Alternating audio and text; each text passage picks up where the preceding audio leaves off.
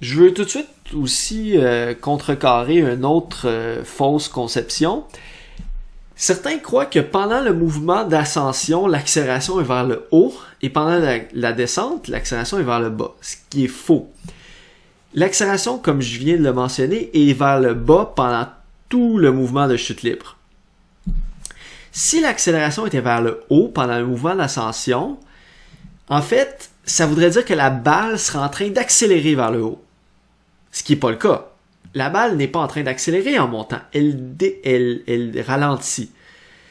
Donc, en fait, ce qu'on a, c'est que pendant la montée, sa vitesse est vers le haut, mais son accélération est vers le bas. Observez ici que j'utilise une double flèche pour dénommer l'accélération, de manière justement à la distinguer de la simple flèche qui représente la vitesse. Donc ça ici, c'est la balle en question. Et là, je l'ai représentée pendant son ascension, pendant qu'elle est en train de monter. Alors, pendant qu'elle est en train de monter, sa vitesse, c'est le sens de son mouvement. Donc, c'est vers le haut, elle est en train de monter. Mais son accélération est due à la gravité. Et la gravité, elle agit jamais vers le haut. C'est pas possible. La gravité, elle agit toujours vers le bas. Tout le monde sait ça. Donc, cette accélération-là qui est due à la gravité, elle est vers le bas. Donc, ça n'aurait pas de sens de dire que l'accélération est vers le haut. Parce que c'est comme si vous seriez en train de dire que la gravité agit vers le haut. Mais si la gravité agirait vraiment vers le haut, ce que ça voudrait dire, c'est que si vous lâchez un objet, l'objet se mettrait à monter. Mais ça arrive jamais. Donc, la gravité agit toujours vers le bas. Et ce que vous avez ici, c'est que votre vitesse et votre accélération sont en sens opposé. Donc, la vitesse vers le haut, l'accélération vers le bas. Ce que ça fait, ça, c'est que l'effet, c'est que la vitesse va décroître. Effectivement, pendant qu'on est en train de monter, la vitesse décroît jusqu'à atteindre le sommet, où est-ce que la vitesse est nulle à ce moment-là. Donc, lorsque vitesse et accélération sont opposées, on a un freinage, un ralentissement. Maintenant, quand votre balle est en train de descendre, donc mettons que ici, ça c'est le sommet, et là la balle est en train elle a déjà commencé à descendre comme ça.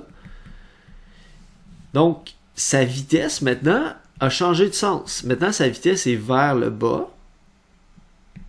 Donc ça, la vitesse, c'est le sens de son mouvement. Donc, elle est en train de se diriger vers le bas. Et l'accélération, elle est encore vers le bas. Parce que la gravité agit toujours vers le bas. Donc, vous avez une situation où est-ce que la vitesse et l'accélération sont dans le même sens maintenant. Quand l'accélération et la vitesse sont dans le même sens, ça veut dire un gain de vitesse. La vitesse est en train d'augmenter. Et c'est ça qu'on... Et on sait que c'est ça qui se passe. Donc, pendant que la balle descend, oui, sa vitesse augmente.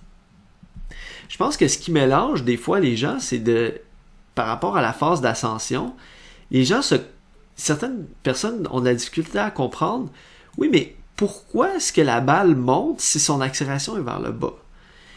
Et la réponse, en fait, c'est sa vitesse, c'est son élan.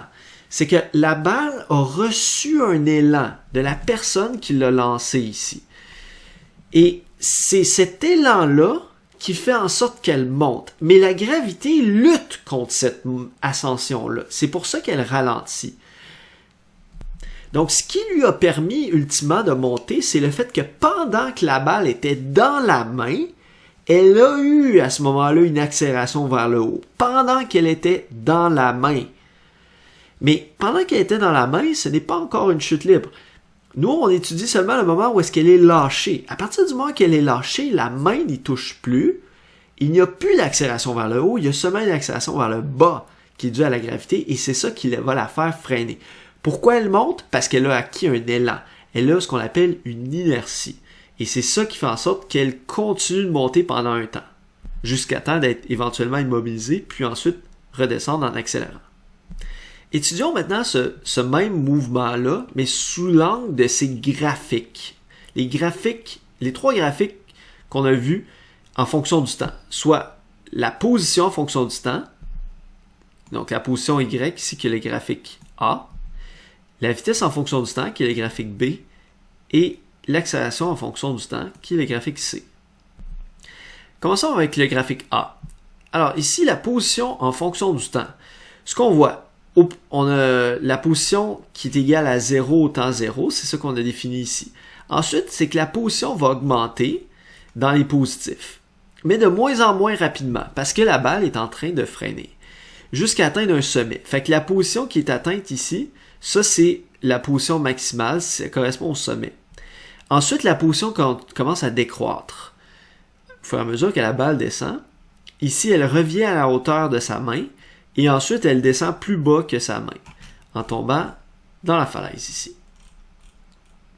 Fait qu'on a tracé différents points ici, en rouge, qui correspondent en fait aux points que vous avez ici.